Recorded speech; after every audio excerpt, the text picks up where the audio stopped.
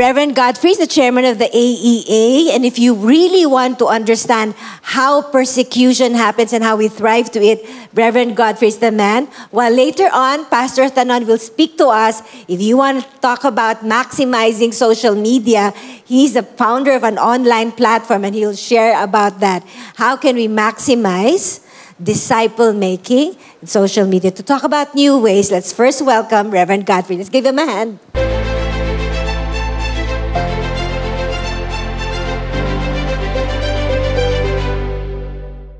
So our topic today is raising kingdom leaders in the new landscape, intergenerationally, and in new ways.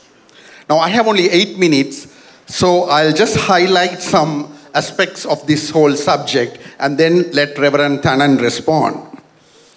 Now recently I read a report from Barna Research, which was quoted last evening by Mark also, which revealed that 70% of our youth are leaving the church.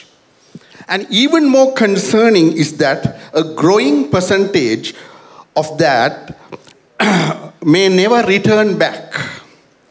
Also, it says that 59% of young people between the ages of 18 and 29 drop out of church after attending church regularly as teenagers. Now, why is that? Now, we are told that these young people identify as Christians and sometimes even as fans of Jesus Christ, but they don't want to be churchgoers. The reason is the church isn't addressing their pressing life questions, so they are turning to technology, pop culture, and their peers for answers. And that the church, therefore, must engage with the tough questions of science, culture, sexuality, and lifestyle, or risk losing relevance in the present landscape. I was talking to one of my staff, a young person, about this whole subject, and he told me, the church is answering questions no one is asking. And they are talking of issues and challenges from the previous generation. And that made me really reflect and think. Now, David Kinnaman, again, of Barna Research, identifies 6 disconnects that distance our youth from the church. Now, those 6 are there: overprotectiveness, repressiveness, shallowness, exclusiveness, anti-science stance, and dogmatic approach. Now, as a church, we must do everything possible to see that our children know Christ personally and pursue Him above all else. And how are we going to do that? How are we going to meet this challenge? It is important, therefore, to understand the changes that are taking place in the world to develop and raise kingdom leaders in this new landscape. Now, for instance, today, the volume of knowledge is doubling every 12 hours. Think about it. Social media is fragmenting and pluralizing our society in such a way where people are debating ideas and they get really emotionally worked up about it. There are 3.2 billion gamers, and half of them, 50%, are women, and 81% are from Generation Z. We used to say Generation Z, but I'm also learning to now say Generation Z.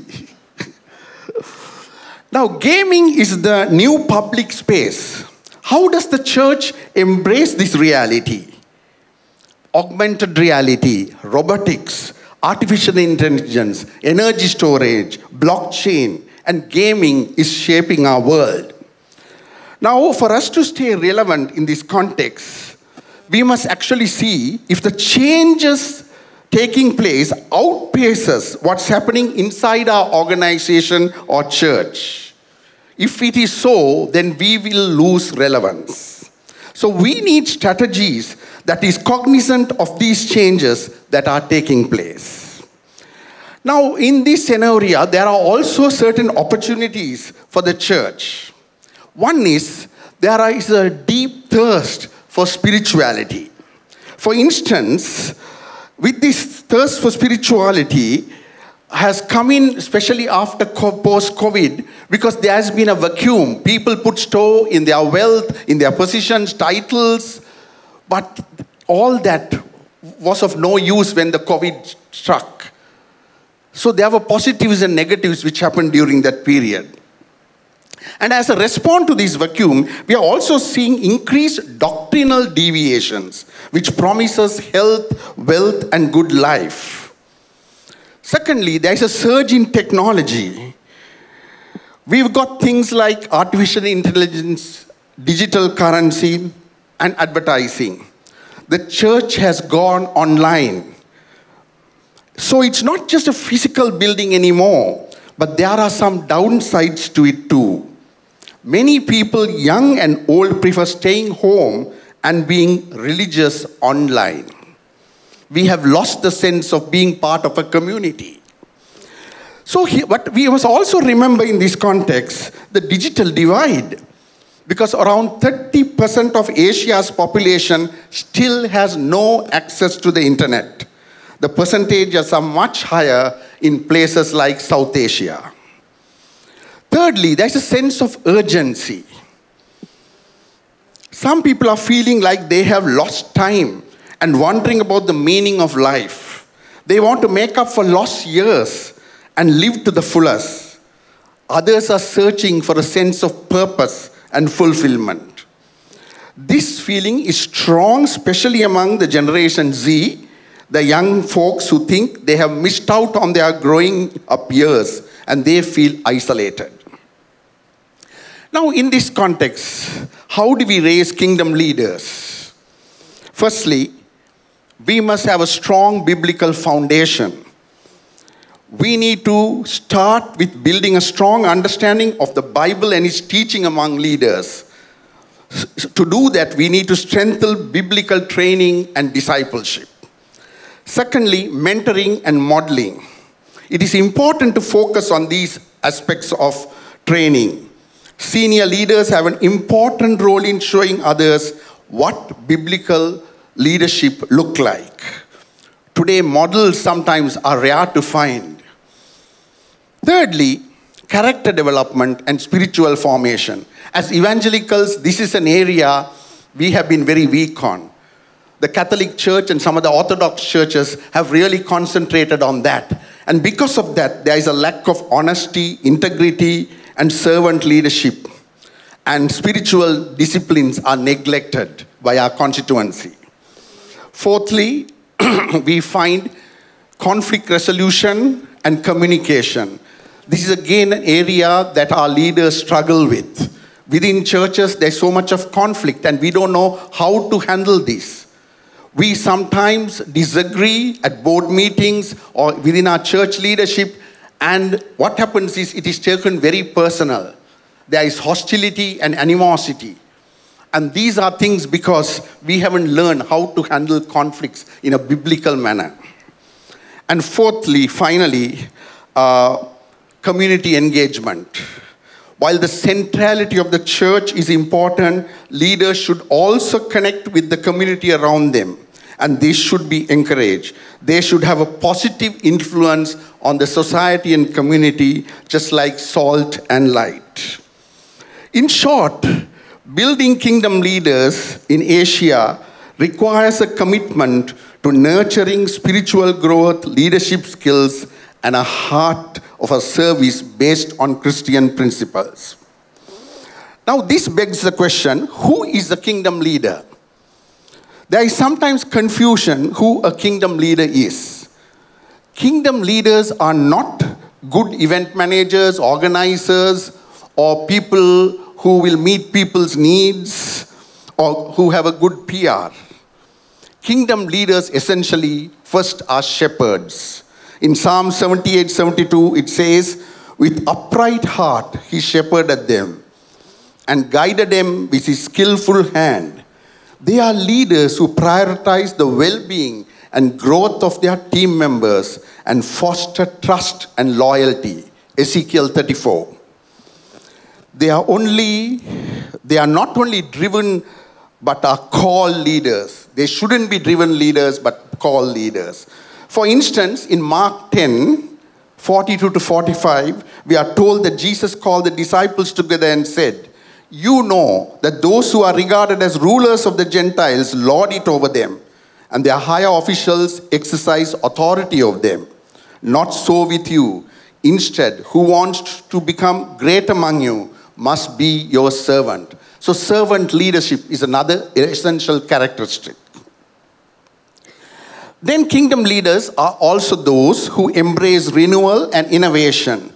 They must be open to change. They must think out of the box. As in Isaiah 43:18 it says, "Forget the former things. Do not dwell on the past. See, I am doing a new thing." They must be not resistant to change, always harping on the past. We did things differently before. But they must be people who are open to embracing renewal and change. Thirdly, important kingdom leaders are those who build diverse and independent teams. Romans 12:4-6 says, "We have different gifts according to the grace given to each of us." So we must learn that they are in the body of Christ, are people with different expertise, different skills, and we must bring them together for greater synergy to build the kingdom of God. Now, how do we build intergenerational kingdom leadership? First and foremost, we need mentorship, where senior leaders guide and invest in the development of emerging leaders. But this also includes reverse mentorship, which challenges the notion that wisdom only flows in one direction. This helps bridge to build cohesive teams and foster leadership that is committed to lifelong learning. Secondly, to build kingdom leadership, we also need to create a culture of respect that values the contribution of individuals from different generations. Thirdly, it is also important to involve individuals from different age groups in decision making and recognize that each generation has a valuable contribution to make. Here we need to encourage leaders from different age groups to promote cross-pollination of ideas and skills. At the same time, we need to focus on building empathy and emotional intelligence. This is very important nowadays, emotional intelligence and empathy. Finally, it is important to think of leadership succession when we talk of building kingdom leadership. Here the emphasis should be on identifying younger leaders with potential, investing in them, giving them leadership, and preparing them for succession. Leaders who are willing to be vulnerable and authentic. I believe incorporating these elements into leadership practice can help us navigate the new landscape and build an intergenerational kingdom leadership as we look ahead to 2030 and 40. God bless you. Thank you.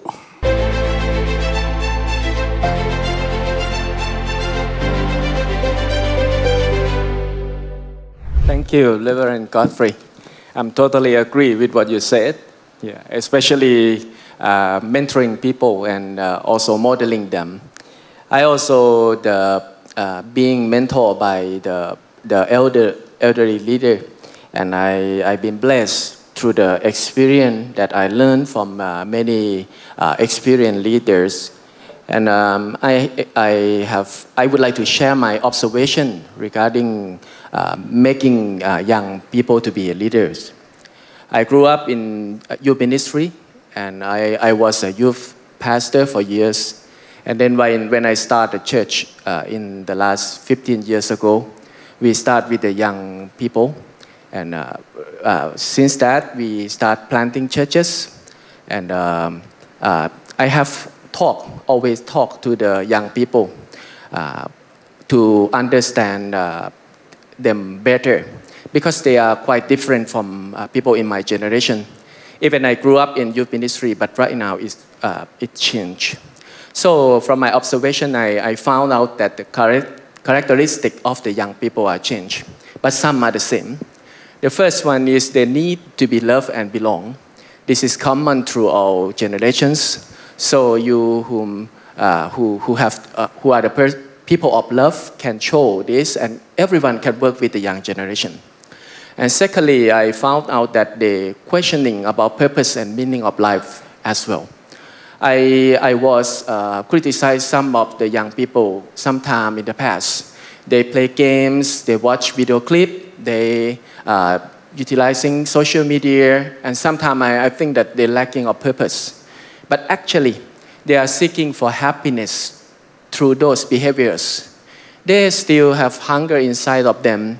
They seek to find the purpose of life. When they join the church program, they ask, why do we need to do these activities? It's just tradition or need to obey, or there is any other purpose behind this? And another observation I found out is the change of learning approach. According to Reverend Godfrey said that there are the double in knowledge volume every 12 hours. Every day's knowledge in this world has been double and double. So the teaching style to the young generation need to be changed. We should not using informative style to them, because they already have knowledge. They can search. They can search and check your sermon. Is that true or false? So the way to teach with the youth is not to inform them, but to share life experience. When you said that I have some story to share about my life, they will open their ears. Because your life story cannot Google, right? Yeah. They would like to learn about life and finding the connection between knowledge and practice, finding the relevant. And also, they think of life as a journey. Sometimes you may fail in some station, but you may rise up and learn from your fail, your mistake, and then growing up in the next season. They also think critically, because they watch many content. My son, my daughter, she is a very good finger. She has very good finger. She can slide. Oh, this video is good. This is no. Yeah, they can identify which one is true or false. So when they see what we are doing at the church in the traditional way, they will question. They will question our traditional approach and also our beliefs. And lastly, I found out that they are seeking for effectiveness and they are goal-oriented, because they're born with devices. So when any application are not productive, it's unproductive, they just delete it. They will do the same way with the church, with the activity that the church is doing. So we need to do the church in the professional way and collaborative, flexible, and also non-hierarchy, no seniority structure emphasized. I would like to show you the photo of the sprout. It's grew up from the soil. No one is able to dominate the growth. But what we can do is just provide a good environment for the seed to be grown up. So the way to grow the young leaders is to prepare the healthy environment for them. We are unable to dominate their growth, but we can prepare the environment that is healthy for them to grow. In the church, there are the absence of the young follower. The root cause is the absence of the young leaders. If you would like your church to pack with the young follower, just start by adding some young leaders. Adding them by prepare for the healthy environment. What is this healthy environment? I would like to share to you in 3 aspects shortly. First is the mindset of the leaders. The mindset of the leader will be the crucial one for preparing the healthy environment for the young leader to grow. Leader needs to be a kingdom mindset person. because they can search and seeing lots of scandal about the leaders, the pastor, the famous one, and they heard about the collapse of the big organizations. So they just, with their critical thinking, they just ask, why don't we have to devote our life for the organization, not Christ? So thinking about kingdom mindset, you will challenge the youth to live their life in the greater vision, bigger than the church vision, and also collaborative as well. And growth mindset, do not fear for mistake. Let them do it and be alongside with them because they believe in life journey. And also intergenerational mindset. This is what I impressed by Pastor Hao statement. He said that don't just think local or global, but generational. Do not think about expand your scope of work widely, but think about make it deeper, multi-layer of leadership. Some are 20, some are 30, some are 40. Try to make the deeper level and think about it generational in your leadership team. This is the one thing that will promote the healthy environment for young leaders. The second aspect is leadership style. The leadership style for the young to promote young leader is to be envisioning leaders. For young people, they fear of commitment. If you just ask them to serve in some certain kind of ministry, they may ask, how long should I take part of this ministry? Because they fear of commitment. So start by making them involved. Involve is the key word, the golden word for working with the young generations. Try to make them involved. Involve them for the decision making, involve them in the celebration, involve them in the, ask them for their contribution. When they involve, and finally they decide to engage, then empower them. And leaders who can promote young leader is empowering leader. Some wise man told me that as pastor, do not just ask people to fulfill church vision. If you ask people to fulfill church vision, you may receive only 20% responses from the young generation. But if you try to promote, help the young people to fulfill God's calling in their lives, not church vision, but God's calling in their lives, you will receive 80% responses from young people. Because you are not just think about you or our organization, but you think about them. When they know that you love them, you care for them, finally, they will take part in the ship as well. And also servant leadership, authentic leaders, love and respect is a leadership style for the young generation. And lastly, I would like to share about the structure of the church. Besides of the mindset, besides of the leadership style, it still need to have structural, good structure or platform to create small steps in our ministry for children to involve in the ministry, for the youth to involve in the ministry, create the space for them, because young people will work best when they are involved. They will work best when they be connected, be active member, be the one who contribute, and be the one who make decision. If you create the small steps for them in all ministry, do not just prepare the position after you gone or you step down, but prepare them in along the way. So the mindset, the lifestyle, the leadership style will be more concrete and visible. And finally, I would like to end with the Chinese proverb. It said that the best time to plant a tree was 20 years ago.